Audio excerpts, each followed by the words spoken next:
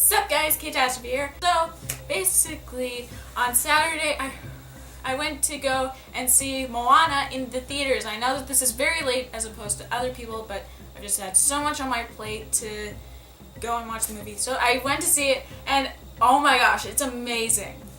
Basically, a lot of you should know the story. The story is about a young girl named Moana who has to find a demigod to return a treasure to the heart of an island and save the world. So the thing I loved about this was not only because you have a character that is so strong and brave and determined while also having a few character flaws like Moana, and then you also have someone like Maui who's very cocky at times, but is proven to show that he only does what he does because he wants to feel loved.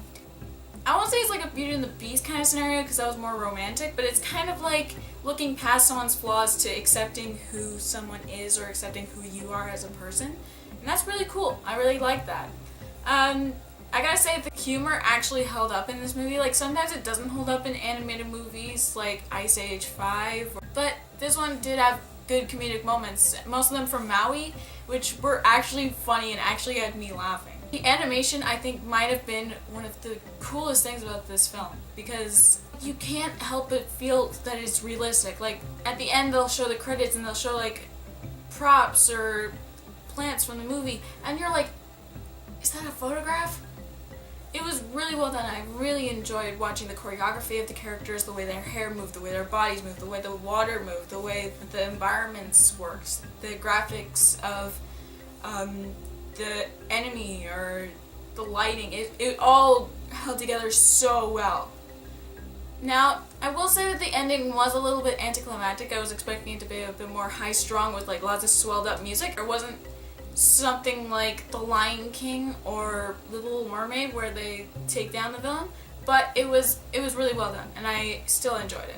In terms of the characters, Maui and Moana seem to be the main characters with a few exceptions like the grandma and then the chicken. I think they're great characters because like we see more of to what makes Maui, and most of the time you'll have a character like Maui who has had hardships, but most of the time they're either not fully addressed or they're not fully emotional.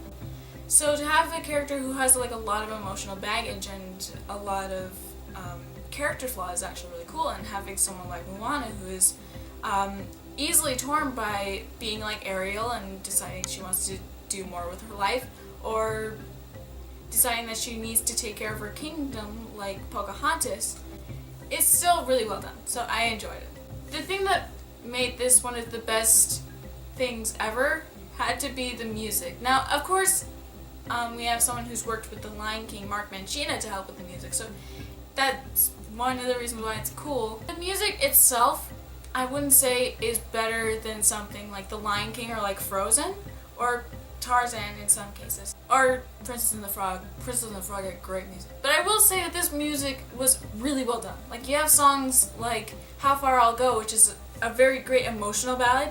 You have Shiny, which is a not as sinister villain song. I would have loved it to be more sinister, but I mean, like, you can't really make it super sinister when it just won't fit into the story that way.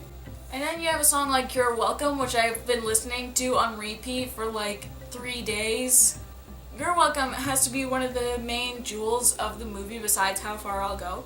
And when you have The Rock singing it, oh man, he has such a great singing voice. Like, it's got the great baritones, it's got like the great times of fluctuation when it just like rumbles a little, like it's got a slight vibrato in it sometimes. It's just really strong and amazing, just like Maui is. So it works really well with the character and the voice actor. Now, I would have expected some people to be like, well, maybe we should get a different person to sing, which is what they did with Simba, but they did a really great job in having Dwayne sing and act at the same time. So, awesome work, Disney.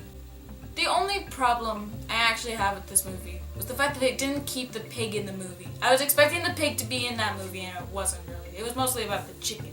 So overall, what would I give this movie? I would give it about a 9.5 out of 10, minus points for the piggy, and then for not having a super climactic ending. Those are the only flaws in this movie. The rest of the movie is amazing. I strongly suggest you watch it. I strongly suggest you buy it on Blu-ray. I would suggest that you buy it in 3D Blu-ray, buy the 3D TV, and then buy the 3D Blu-ray player with the glasses. That is how good this movie is. Like, oh man, it's awesome. Anyways, really hope you enjoyed. If you did, you can check out my DeviantArt page. Then you can like, comment, subscribe, share, all that jazz. And I will see you next time. Till then, peace out. You're welcome. You're welcome.